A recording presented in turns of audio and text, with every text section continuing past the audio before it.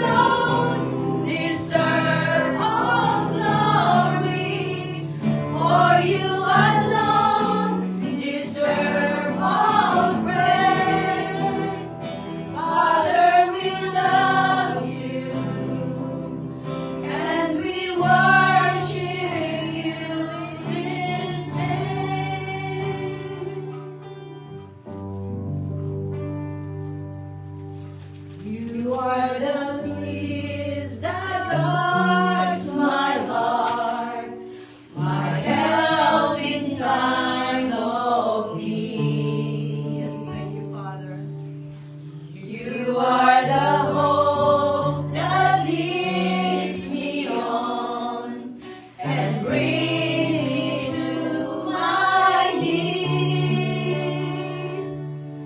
For there I find you waiting, and there I find relief. So with all my heart I worship, and unto you I sing. For you alone deserve all glory. For you alone deserve all praise. Father, we worship and adore you. Father, we long to see your face. For you alone deserve all glory. For you alone deserve all praise. Father, we love you, and we worship you this day.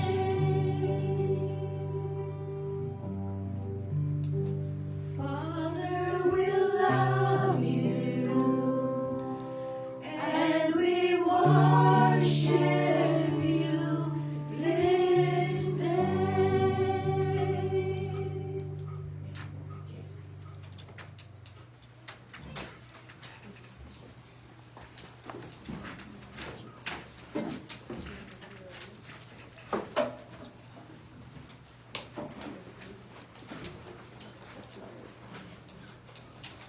Panginoon, tunay nga po na kami ay sumasamba sa iyo. Kami nagmamahal sa iyo, O Diyos. Kayo na unang nagmahal sa amin. Kami ay patuloy pong pumupuri, sumasamba, nagpapasalamat, Panginoon. Hiling po namin, O Diyos, na ang iyong mabuting kamay, ang iyong mapagpalang kamay ang dumako sa aming kalagitnaan. Kayo po ang pumatagpo sa lahat ng pangangailangan. Kayo po, O Diyos, ang patuloy pong magpakilala sa aming kalagitnaan, Panginoon. Pinapanalangin, Panginoon, ang aming bayan, ang Pilipinas, na kayo, O Diyos, ang tunay na magbigay ng kalayaan mula sa kahirapan, O Diyos, kalayaan mula sa mga personal na agenda ng mga namumuno. At Panginoon, dalangin namin, Panginoon, na kayo po'y maghari mula sa aming presidente hanggang sa namamahala sa mga barangay at sitio. Pinagkakatiwala namin, Panginoon, na ang iyong salita ay may pangaral sa lahat ng dako ng Pilipinas. Gayon din, Panginoon, dito sa Taiwan, O Diyos. Patuloy po nawang maging malaya ang pangangaral, ang pamumuhay ng mga tao, at ang iyong kaharian ay dumako po.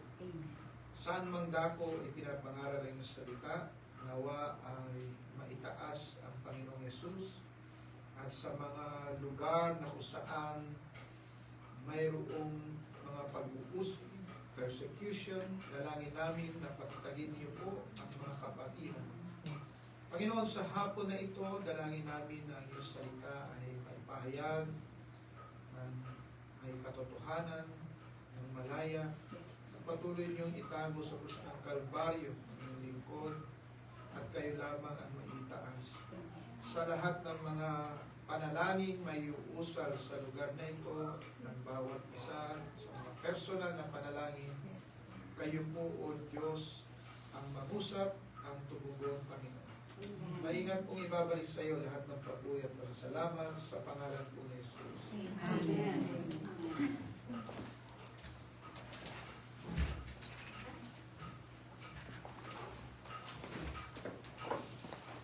Tayo po ay magsitayo. Our scripture reading for today kinuha sa Joshua 2, verse 8 to 13. Before the spies lay down for the night, she went up on the roof and said to them, I know that the Lord has given this land to you, and that a great fear of you has fallen on us, so that all who live in this country are melting in fear because of you. We have heard how the Lord dried up the water of the Red Sea for you when you came out of Egypt, and what you did to Sihon and Og, the two kings of the Amorites east of the Jordan, whom you completely destroyed. When we heard of it, our hearts melted, and everyone's courage failed because of you. For the Lord your God is God in heaven, above and on the earth below. Now then, please swear to me by the Lord that you will show kindness to my family, because I have shown kindness to you. Give me a sure sign that you will spare the lives of my father and my mother, my brothers and sisters, and all who belong to them, and that you will save us from death. In Matthew 1, verse 5 to 6, Salmon and the father of Boaz, whose mother was Rahab, Boaz the father of Obed, whose mother was Ruth, Obed the father of Jesse, and Jesse the father of King David. This is the word of our Lord Jesus Christ. Thanks be to God.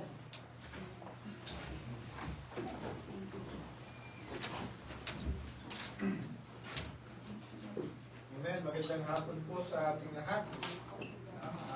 Malibuan sa mga nanonood sa live stream. Ang Joshua chapter 2 po, syempre after yan ng Joshua 1, no? Yan po yung kanilang pag-umpisa ng pagpasok sa lupang pangako. Doon sa Joshua 2, marami tayong maaaring makita kung ikaw ay isang mangangalakal o magnenegosyo. Napaka-importante ng survey. Sa church planting, ginagawa rin yung pag-survey sa lugar. At ginawa yun ni Joshua. No? At nagsan siya ng 2 tiktik. No? Nagdala siya ng spy. Pero basahin ko lang ulit sa Tagalog. Pinatiktikan po ang Jericho. Bukas sa kampamento ng city, may nagpadala si Josue ng 2 tiktik na pinagbilinan niya ng ganito. Pumunta kayo sa Jericho at manang mabuti ang kabayanan at kabukiran. Pumunta nga sila sa Jericho at nakituloy sa bahay ni Rahab, isang babaeng nagbibili ng panandaliang aliw. Nakaabot sa hari ng Jericho ang balita na may mga tiktik na Israelita nakapasok sa bayan ng gabing iyon. Nagpasugo kay Rahab ang hari at ipinasabi, ilabas mo ang mga lalaking nakituloy sa iyo. Naparito ang mga yan upang maliktik. Ngunit itinago ni Rahab ang 2 at pagkatapos ay ganito ang isinagot, mayroon nga pong mga lalaking nakituloy sa akin, ngunit hindi ko po alam kung taga saan sila. Umalis po sila nang ipinipinit na ang pintuan ng lungsod bago kumagat ang dilim. Hindi ko po nausisa kung saan sila naparoroon. Ngunit kung hahabulin ninyo agad ay aabutin ninyo. Sa itaas ng bubong niya, dinala ang 2 tiktik at dinabunan ng mga tangkay ng lino na naitambak niya roon. Hinabol ng mga tauhan ng hari ang 2 tiktik hanggang sa tawiran ng ilog, Jordan. Pagkalabas ng mga humahabol, ipininig ang pinto ng lungsod. Bago natulog ang mga tiktik, umakyat si Rahab sa bubong at sinabi sa kanila, alam ko na ipinagkaloob sa inyo ni Yahweh ang lupain ito, at ang mga taga rito ay gulong-gulo dahil sa inyo. Gayon din ang lahat ng mga naninirahan sa paligid. Nabalitaan namin kung paanong pinatuyo ni Yahweh ang dagat ng mga tambo nang kayo tumawid galing sa Ehipto. Nalaman din namin na nilupig ninyo sina Haring Sehon at Og ng mga Amoreyo sa ibayo ng Jordan at pinuksa ang kanilang mga hukbo. Nagulat kami nang marinig ang mga balitang iyon, Natakot kaming humarap sa inyo sapagkat si Yahweh na inyong Diyos ay Diyos ng langit at lupa. Ipangako ninyo sa ngalan ni Yahweh na tutulungan ninyo ang aking angkan alang-alang sa pagkatulong kong ito sa inyo. At bigyan ninyo ako ng isang katibayan. Iligtas ninyo ang aking ama, ina, mga kapatid at ang kanilang sambahayan. Huwag niyo kaming hayaang mapatay. Sinabi sa kanya ng mga tiktik, ang buhay namin ang garantiya sa buhay ninyo. Huwag mo lamang sasabihin sa may kapangyarihan na kami naririto. Hindi kayo maano pag ibinigay na sa amin ni Yahweh ang lupain ito.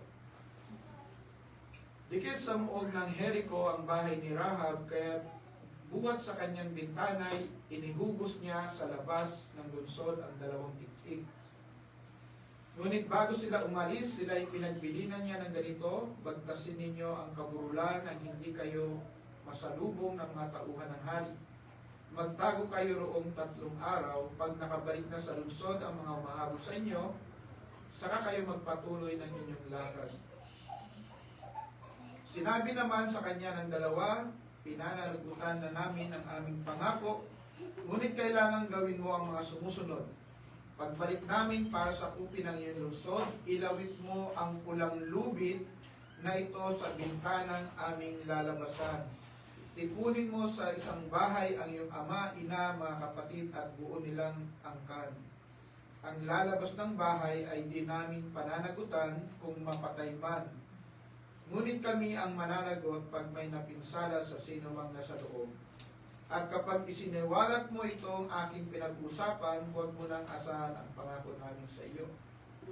Verse 21, sumagot ang babae, sang-ayon ako.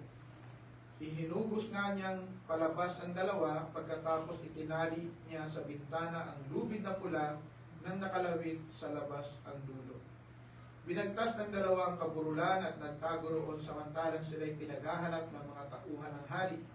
Pagkatapos ng 3 araw, bumalik na ang mga ito sa lungsod nang sila'y makita. Bumaba naman mula sa kaburulan ng mga tiktik, tumawid ng ilog at nagbalik kay Josue. Inuulat nila kay Josue ang buong pangyayari. Ibinigay na sa atin ni Yahweh ang lupaing iyon, wika nila, mabanggit lamang ang pangalan natin, nangangatog na sa takot ang mga taga roon. Yun po yun sa Joshua 2. No? Alam niyo po, maraming iba't ibang katuruan yung nakukuha dyan. No? Ang meron yung patungkol sa pagbabalik ng ating Panginoong Jesus. Na sa kanyang pagbabalik, lahat ng hindi sa kanya ay mapapahamak. Tanging lamang yung naroon sa kanyang bahay, which is the church, maliligtas, no? Yung kabilang sa kanyang tahanan. Pangalawa, yung tinatawag na salvation, no? Yung paano yung ilalarawan yung kaligtasan. So, ito yung kaya yung sabi ng iba, naku, pagka umalis ka doon sa loob ng bahay, patay ka, ibig sabihin, mawawala yung salvation. Habang naroon ka sa bahay, ay save ka. No? Yun, maraming ano yan. Pero, ang aking nais ibahagi sa inyo ay yung patungkol sa kaligtasan na katulad ng natanggap natin. At ano ang magagawa ng pananampalataya kung tayo po ay makasalanan? Maaaring kayo ay hindi makasalanan at maaaring hindi para sa inyo ang mensahe na ito. Kung sakaling hindi para sa inyo, ay pakinggan nyo pa rin. No? So, una, may kita natin dito si Rahab bilang isang kinatawan ng sangkatauhan. Sabi rito, pumunta nga sila sa Jericho at nakituloy sa bahay ni Rahab, isang babaeng nagbibili ng panandaliang aliw. Siya po ay morally sinful, no? So, patungkol sa moral ang kanyang problema spiritual. Pero pagka pinag-aralan natin ng Romans chapter 1 and 2, makikita natin doon pati ang masitsit ay kasama sa makasalanan. Ano yung masitsit? sa salin ng ASND, ito ay chismoso, chismosa, kasama ng urot. At karanggon yun ay yung mga nangunguha ng tao, no? Or kidnapper sa ibang salin, no? sa Living Translation. So, minsan, tayo, pagka nabasa natin ito, babae nagbibili ng panandaliang aliw, sa Pilipino, ito ay mababang uri. Tawag nila ay mababang uri ng babae. Pero sa harapan ng Diyos, maaring iba-iba yung ating pagkakasala, pero ang pagkakasabi sa Roma 3:23, all have sinned and come short of the glory of God. All of us come short of the glory of God. Hindi ho lahat tayo nakarating, hindi ho tayo nakaabot. No? Maaring ang ilan sa atin ay nakaabot ng hanggang 8 feet, no? Yung talon, o yung atin ang iba ay 7 feet. Kung ang Panginoon, ang kanyang standard ay 100 feet, at tayo, ang kakayanan lamang natin ay 10 feet, so hanggang 10 feet lang inaabot ng ating talon at ng ating kamay, that doesn't mean na nakaabot ka. O mayroong iba na maaaring mas mataas pa. Pero ang katotohanan, lahat po tayo ay hindi nakaabot. No, so si Rahab ay isang patotoo, no, na may magagawa sa pananampalataya. So she's a sinner just like all men. Gaya ng lahat ng tao, siya po ay makasalanan. Pangalawa, gaya ng lahat ng tao, siya po ay nasa kahatulan. She's under condemnation. The whole Jericho is under condemnation. Ganito po ang pagkakasulat sa Joshua 6 verse 17, now the city shall be doomed by the Lord to destruction. Okay? And then, ganun po ang kabayaran ng kasalanan. The wages of sin is death. At sabi ro sa Romans 5:18, through one man's offense, judgment came to all men. Tayo po ay under judgment without Christ.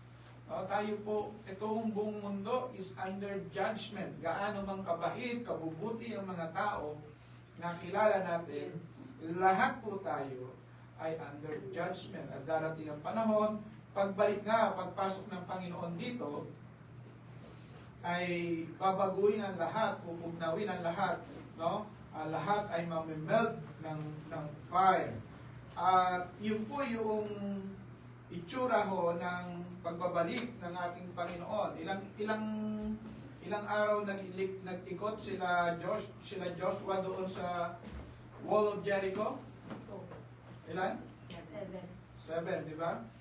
Sabi ng mga ilang mga ngaral o nag-aaral, ayun po rin ay kumakatawan na darating yung victory ay darating sa pagbabalik ng Panginoon, no, pagkatapos ng time of men. At ang doon sa mga nag-aaral sa prophecy, yung time of men is the 6,000 years of men and 1,000 years of the Lord's reign, o yung tinatawag nilang millennial reign, no, sa Book of Revelation, kung saan ay maghahari ang Panginoon. At yung numbers na yun, yung 7, at makukumpleto yung 7,000 years. Pero hindi po yun ang ating pagtutunan, but yung katotohanan that nakatulad ng Jericho, ang mundo ay under condemnation. At katulad ng mga tao, nahatulan po ang lahat ng naroon. Kasama na si Rahab. Siya ay nasa kahatulan. She's under condemnation. Dahil ang sabi doon, the city shall be doomed by the Lord to destruction. Itatalaga sa Panginoon sa pagkawasa. At sabi doon sa Roma 5, dahil sa kasalanan ng isa, pumasok ang kasalanan, and through that, judgment came to all men. Okay? At maaari sabihin natin, ay, hindi naman ako nagkakasala. Mabuti ka pa, hindi ka nagkakasala. Purihin ng Diyos sa buhay mo na hindi ka nagkasala. Alam naman natin, ang tinuturo natin sa mga bata, pagka yung mga bata, no? Ang mga bata, tinuturuan natin ng mabuting asal. Walang nagturo na paano sila magkasala. Mayroon ba sa inyo nagturong pa paano sila magkasala? Wala Yung siguro. pagsabi ng ano, huwag mong sabihin pag may nagtanong, andito ako. Di ba? Hindi siguro. Lie. Para yung ano yan, parang ginawa ng ano, tig kay ano. Pero makikita natin ho, ang mga bata kahit hindi turuan, ay darating at darating ang panahon na magkakasala. Yeah.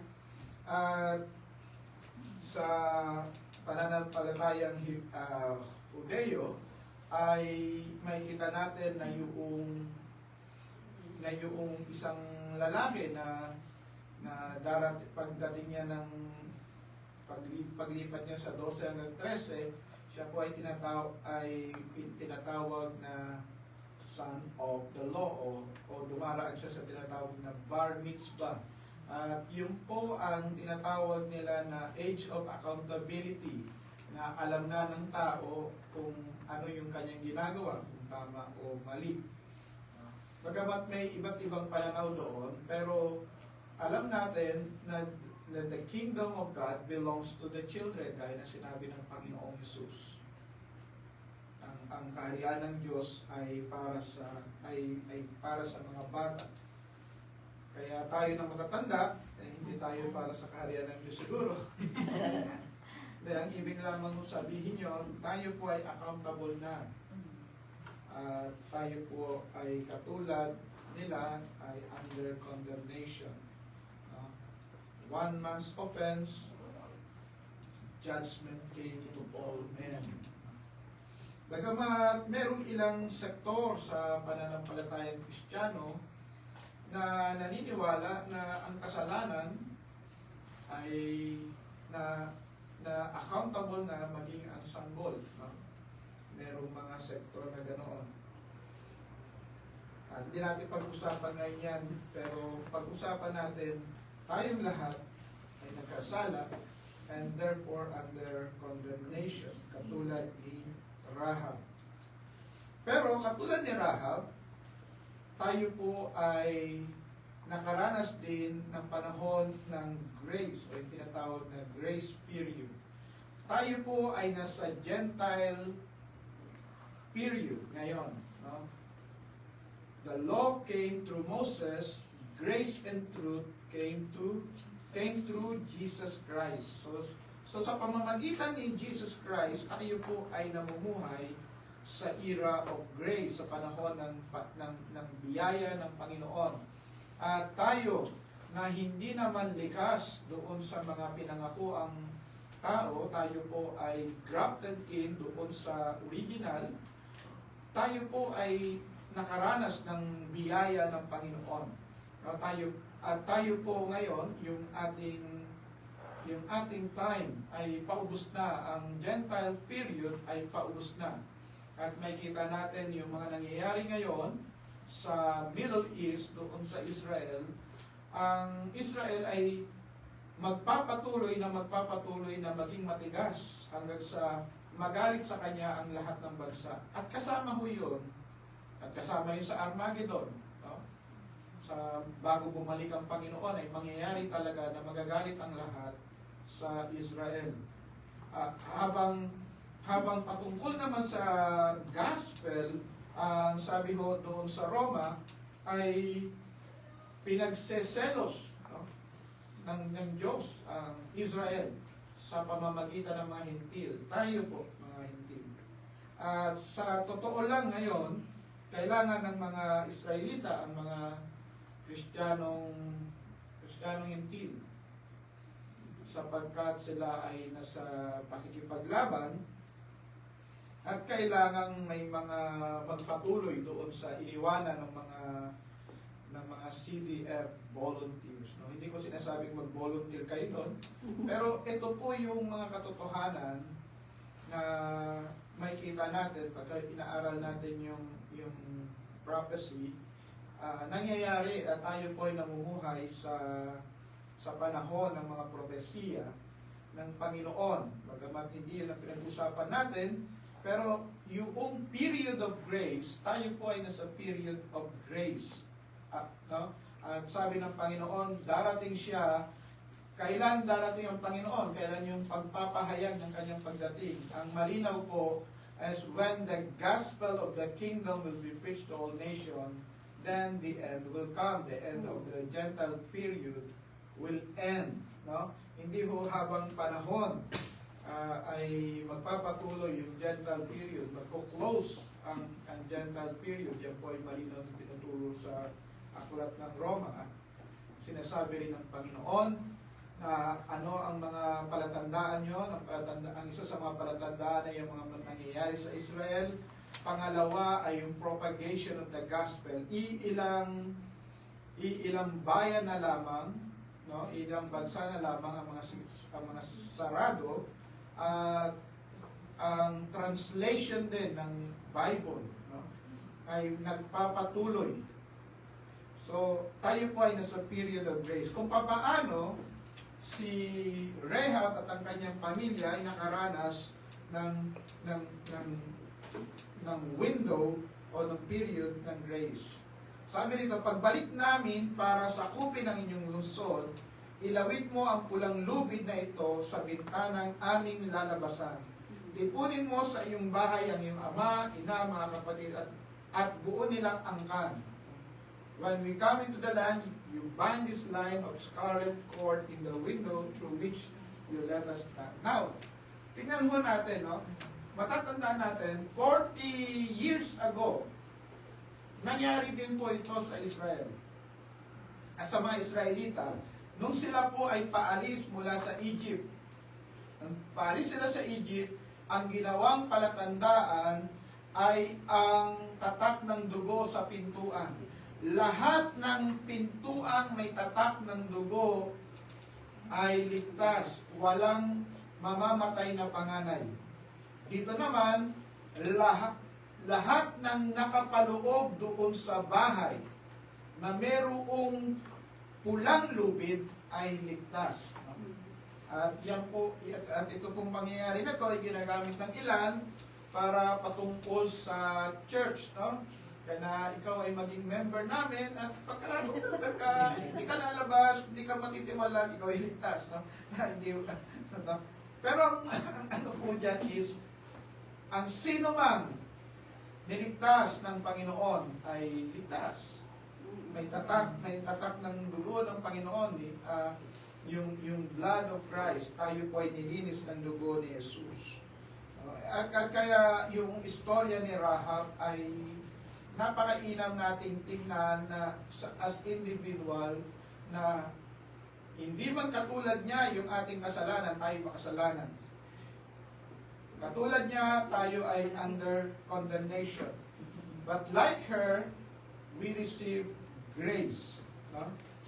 Sabi dito, Romans 3:24, but by the free gift of God's grace, all are put right with Him through Christ Jesus, who sets them free. Sino ang nagpalaya? Ang Panginoong Jesus. So yun po ay paglalarawan ng pagpapalaya ng Panginoon.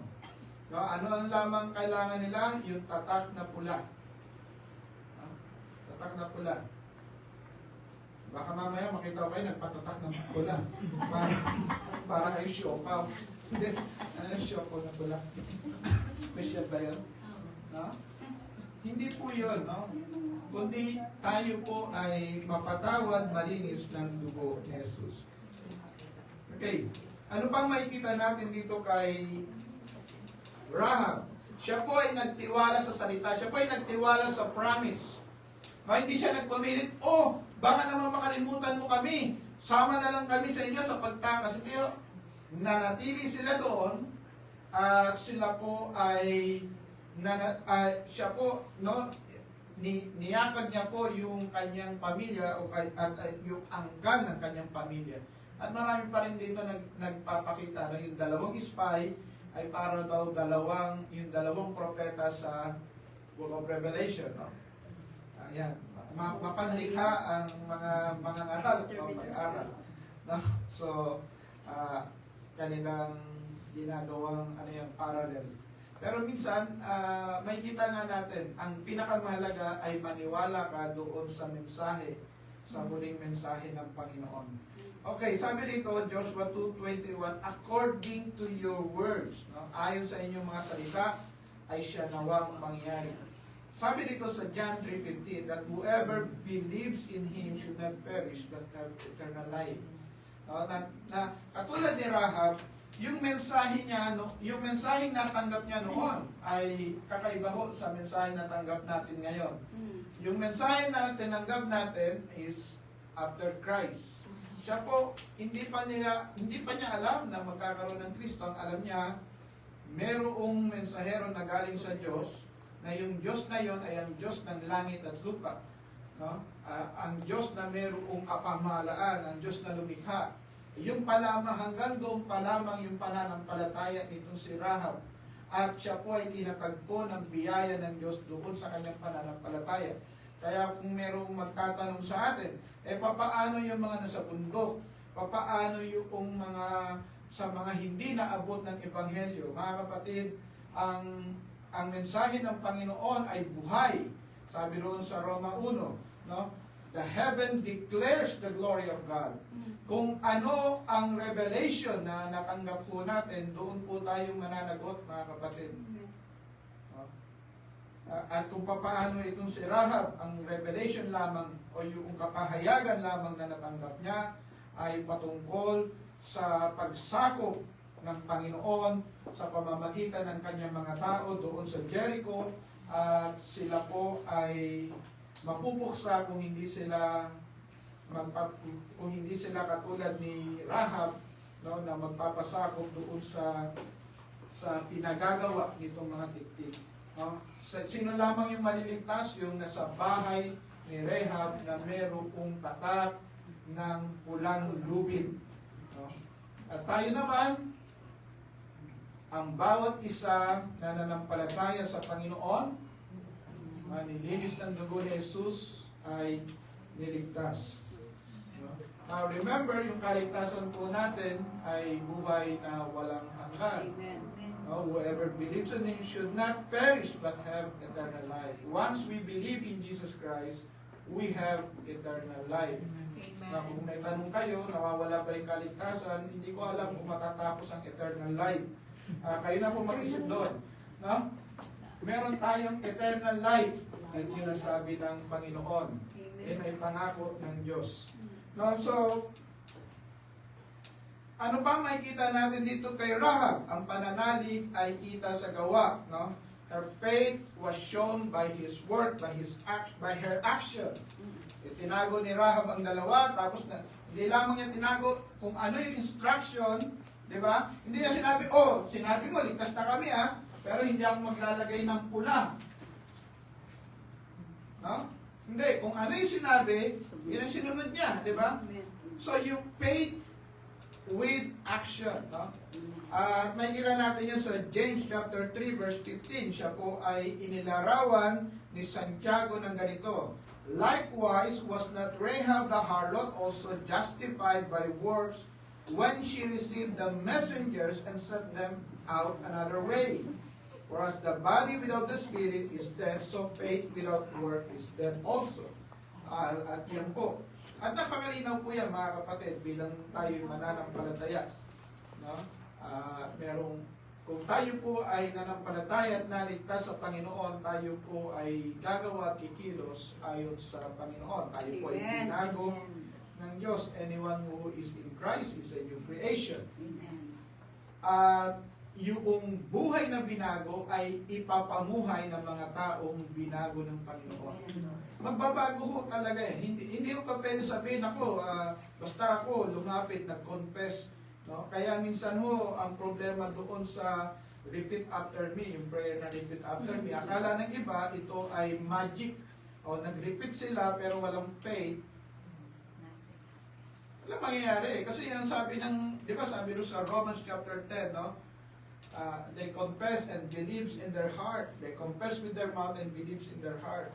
Pero kung nag-confess lang sa mouth, walang pananampalataya sa puso, ay wala ho yun. At sabi doon sa unang Juan 3, ang sino mang ipinanganak ng Panginoon ay hindi mananatili sa kasalanan. Makikita at makikita sa gawa. Kahit na ikaw ay malakas gumawa kung walang gawa, ay may Amen. problema tayo rin. Ang pananalig ay makikita sa gawa, mga kapatid, hindi lang sa ngawa. Amen. At yun ang makikita natin kay Rahab. Kaya maganda kung aralin itong si Rahab, hindi lamang yung pagsahod, kundi siya mismo. Ano pa makikita natin dito kay Rahab? Nung siya po ay nakatanggap ng pangako, hindi lamang niya sinolo po yun. No? Nais niyang maligtas rin yung iba. No? Na dapat naman para sa mga Kristiyano, kung ikaw ay naligtas, dapat din naman na meron kang pagnanasa na maligtas ang iba. You want to save others also. At makikita natin yun sa buhay ni Pablo. Bagamat siya ay sinugo ng Panginoon para sa mga hintil, pero makikita pa rin natin yung pagnanasa niya na maligtas yung mga kapwa niya Hudyo. At nakikita natin yun sa aklat pa rin ng Roma. Okay, sabi rito, iligtas ninyong buhay ang aking ama, ang aking ina, ang aking mga kapatid na lalaki at babae. At sa ganitong paraan, marami tayong makikita, no? Na katulad niya, na naligtas at nais maligtas ang kanyang mga mahal sa buhay. Yung babae doon sa Samaria, no, yung Samaritan woman, hindi lamang yung mahal niya sa buhay, kundi yung mga kakilala niya doon sa kanilang lugar ay kanyang sinabihan. At sabi niya, the woman then left her water pot, went her way into the city and said to the men, come, see a man who told me all things that I ever did. Could this be the Christ? At pagkatapos yun, talaga niyakan niya yung mga tao doon sa kanyang lugar papunta sa Panginoong Jesus. No? Okay. At hindi yung masama, no? Kung araw ng linggo, gala kayo sa area ng Monmouth, saan mo kayo gumala, makakita kayo ng Pilipino, punta kayo ron. No? Ibig sabihin magyaya. No? Napaka-importante yun sa buhay pananampalataya, ang magyaya. Dahil ang isang tao na naliwanagan ay magliliwanag at minsan o kadalasan makikita sa atin ang liwanag at magtatanong mismo ang mga tao ano yung bago sa atin. No? Ganon din po yung Philippian jailer. Matatandaan mo natin yung Philippian jailer. Nagtanong siya, what must I do to be saved? And Paul said, believe in the Lord Jesus Christ and you will be saved, you and your household.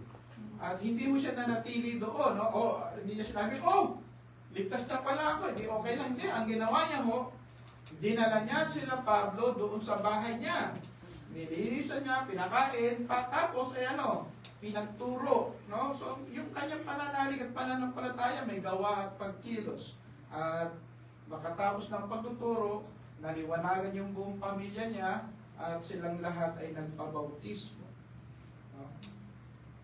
At makikita rin natin yan kay Cornelius. No? So, mga kapatid, ang pananampalataya ay naipapahayag at naikakalat sa pamamagitan ng mga taong nanampalataya. As tayo po ay carrier ng gospel. No? Maaaring nakita ninyo yung speaker natin nung last Sunday. No? Mahirap naman siyang hindi makita, napakintab. Siya po ay pangilang ba sa akin siya. So siya po ay nasa 4th generation kung titignan, no? Kasi sa PUP ang sinundan ko ay si Junti, si Luby, no? Luby, ako, si Lani, tapos si Ana. Si Ana yung kasama nila. Pagkatapos ni Ana, sila na yung generation na nila. Yun po yung sa campus ministry, siya po ay naabot sa campus ministry. So hindi na kami nag-abot sa campus, no, sa ministry. So late, nasa mid-90s siya, kami ay late 80s. Late 80s. Late 80s, o 90s, 1990. Para tawad na. So nakuha ko natin. Kaya may makakabot dahil may nagsalita, may nag-share, may nagbahagi. No? At ganun po yung ating dapat makita sa pananampalataya, gaya ng sinasabi sa 2 Timothy 2:2, no? Sabi ni Paul kay Timothy, yung mga narinig mo sa amin, na nalaman mo sa amin, ipasa mo sa mapagkakatiwalaang mga lalaki, at yung mga mapagkakatiwalaang lalaki ay ipapasa iyon sa iba. So makikita natin doon yung 4 generational transfer. O pwede na rin hanggang 5 generation kung kasama si Paul, si Timothy, yung faithful man, yung others, no? And then mag-spread out. So, yun po mga kapatid, tayo po bilang mananampalataya, pag ikaw ay naligtas, no, hindi mo may tatago, no? Hindi, mahirap mong itago ang liwanag, mahirap itago ang asin, no? Kahit na gusto mo pang magtago, at ako naranasan ko yung gusto ko magtago, no? Natago ako doon sa office noon. Eh yung aking kasama doon sa department, doon sa CAD, yung isang CAD architect, ako nagsusupervise sa kanila patungkol sa CAD, hindi yung design, no?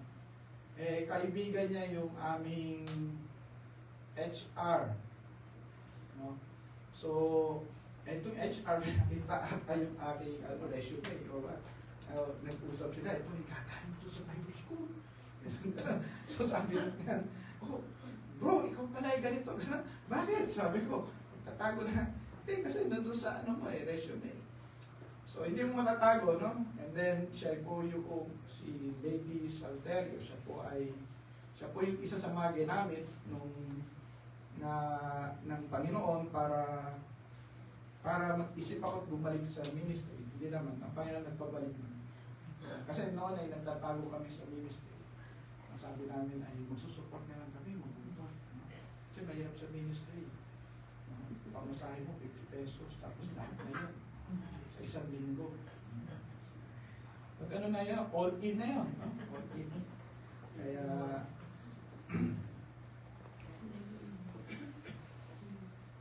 pero hindi mo may tatago. No? Yun nga, alam ko na, ikwento ko na ito. Minsan,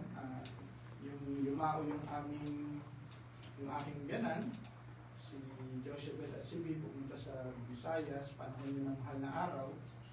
Eh, kami may tinatapos na project, pero sabi sa akin ng aking office mate, oh bro, mag-share ka naman, 7 last word sa church namin. So yun, sabi ko, 7 last word, madali lang yan, dito kami mag-preach. Pagdating ko ron, ako lang pala. Pero yun yung panahon na nakita ko yung sarili ko na mag-preach na. Habang nag-preach ako, ang pakiramdam ko, nakaupo ako at nakikita ko yung sarili ko. At yun yung mga ibang mga pagkilos ng Panginoon sa aming buhay. Hindi ho natin may tatago ang liwanag kung tayo po ay naliwanagan. Kung paano, hindi ho natin may tatago yung ating alat. Diba? Amen. Kung ikaw ay may alat, kung ikaw ay asin, di ba? Mamaya lang magpapawis ka, manasin ka, mag-aalat ka. Hindi matatago yan. Ganun mo tayo dapat, no? Kung tayo po ay dapat yung mga muy, yung ating asin, makita yung ating liwanag nawa. Ano po ang nangyari sa kanya? So siya po ay naniwala doon sa pangako, di ba? Pinanghawakan niya ito. Siya po ay naligtas mula sa kahatulan. Tanging si Rahab na upahang babae, siya at ang lahat na kasama niya sa bahay ang mananatiling buhay sapagkat kanya ikinubli ang mga sugo na ating isinugo. Only Rahab the prostitute. No? Ako ay nagtataka talagang pinagdiinan nung nagsulat talaga, Rahab the prostitute. Kahit sa New Testament, maliban lamang sa account ng Matthew, nakikita natin talaga yung prostitute ay nakasama sa kanyang pangalan. Now, ano ho ang sinasabi ho ng salita ng Diyos? Sabi ni Jesus, he who believes in Him is not condemned. Amen. No? Biro ninyo, sa harapan ng kanyang mga kababayan, no, kahit yung nagsulat, yun siya. Rahab the prostitute. Rahab the sinner. Pero ang sinabi ng salita ng Diyos, he who believe in Him is is not condemned. Amen. Ano man yung ating nakaraan, gaano man yung inilagay ng mundo na tag sa atin. No? Kung sabi, marites na machismis, no? Wala nang marites sa atin dito, kaya pwede kong gamitin yan. Ano man yung ibinigay na tag sa atin ng mundo, kung ikaw ay manampalataya sa Panginoon, lilinisin ka ng dugo ni Jesus at tatarakan ka, you are not condemned. And in Christ, there is no more condemnation. In Christ, there is no more condemnation. Kaya pag tinitingnan natin yung tao, maaring makita natin yung kanyang nakaraan, pero kung siya po ay tunay na nanampalataya sa Panginoon at may kita naman natin, no? May kita naman talaga ang prutas ng pananampalataya. Ang sabi ho, ang mga nasa Panginoon ay not condemned. He who believes in Him is not condemned. Siya ay naligtas mula sa katulad. At ganyan po yung grace ng Lord. No? Ephesians 2:8 and 9. Diba? Dahil sa biyaya ng Diyos ay naligtas. For by grace through faith. Anampalataya ka lamang, maliligtas ka? Yes! Katulad noong mama na nakasama niya doon sa cross. Nanampalataya siya. No? Hindi siya nagdaan ng 10 lesson, 27 lesson, 25 lesson, 30 lesson. Na walang 12 lessons to salvation. Na dinaanan siya. Wala siyang believer's class. No? Yung hindi sinabi ni Jesus, gusto mo ba talaga sumama sa akin? Follow after me. Wala ganun, di ba? Nanalig na ng palataya. Naligtas mula sa katulad. At ito po, bakit natin sinasabi, yung grace ng Lord, amazing. Biro ninyo, ang tatak sa kanya ay Rahab the prostitute. Ano ang nangyari sa kanya? Siya po ay nakasama sa pamilya ng Diyos. She was included in the family. Naging anak ni Salmon kay Rahab, si Boaz. Remember Boaz? Naging anak ni Boaz kay Ruth si Obed. At naging anak ni Obed si Jesse. Naging anak ni Jesse si Haring David. Ito, Gentile. Prostitute. At nakita niyo doon sa verse 5, dalawang hentil po ang naroon. Si Ruth, si Rahab. Ano ang meron sila? Pareho silang nanampalataya. Pareho silang nanampalataya. Sabi sa Ephesians 2 verse 19 to 20, you are no longer strangers and foreigners, but fellow citizen with the saints and member of the household of God. Yan po yung nangyari sa atin. Nung nanampalataya tayo sa Panginoon, tayo po ay nalipat, no? Mula sa kingdom of darkness into the kingdom of light. No? Yun po yung sabi sa John 5:24. Whoever believes in Him and the one who sent Him has crossed over from death to life. Tayo po ay inilipat ng Diyos mula sa kamatayan papunta sa buhay. Nakasama tayo sa pamilya ng Diyos. Hindi ho lamang tayo tagalingkod. Tayo po ay kasama sa pamilya ng Panginoon. At malinaw po na sinasabi ng salita ng Diyos na tayo po ay tagapagmanang kasama ni Kristo Jesus. Hindi ba yung pero kaya nga po kaya kung makikita natin ang tawag sa kanya is Rahab the prostitute. At hindi ho yung tinanggal maliban lamang doon sa account ni Matthew. Para Para ipakita sa atin gaano man kalaki ang kasalanan natin. Gaano man kasama yung tag na ibigay sa atin ng mundo. Kung tayo po ay mananampalataya sa Panginoon, babaguhin niya yun. Hindi lang yung pagbabago na iniligtas tayo, kundi isinama tayo sa kanyang pamilya. Kikita niyo doon, no, sa verse 5, dalawang hintil na babae ang pinakita na hindi yung nakaraan natin ang magde-define sa atin, Amen. kundi yung ating relasyon sa Diyos. Amen. At nabago yung ating relasyon sa Diyos nung tayo po ay manampalataya. Amen. So, 3 things about faith. Pwede na ako magsimula. Tatlong bagay na nagagawa ng pananalig. Una, dahil sa pananalig, naligtas tayo sa kamatayan. Because of faith, she was spared. Because of faith, tayo po ay naligtas. By faith, the prostitute Rahab, because she welcomed the spy, was not killed with those who were disobedient. Hebrews 11:31. Hindi pa rin tinanggal yung title na prostitute. Para ano? Para makita natin, anuman yung tag sa atin, ang mahalaga, tayo po ay tinanggap ng Panginoon. No? Anuman yung dalanang natin nakaraan. No? Sabi si Betong Batugan.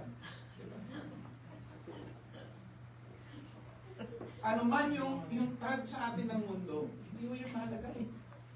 Ang mahalaga, ano tayo sa harapan ng Diyos ngayon. Sa pananampalataya ho, nababago ang lahat.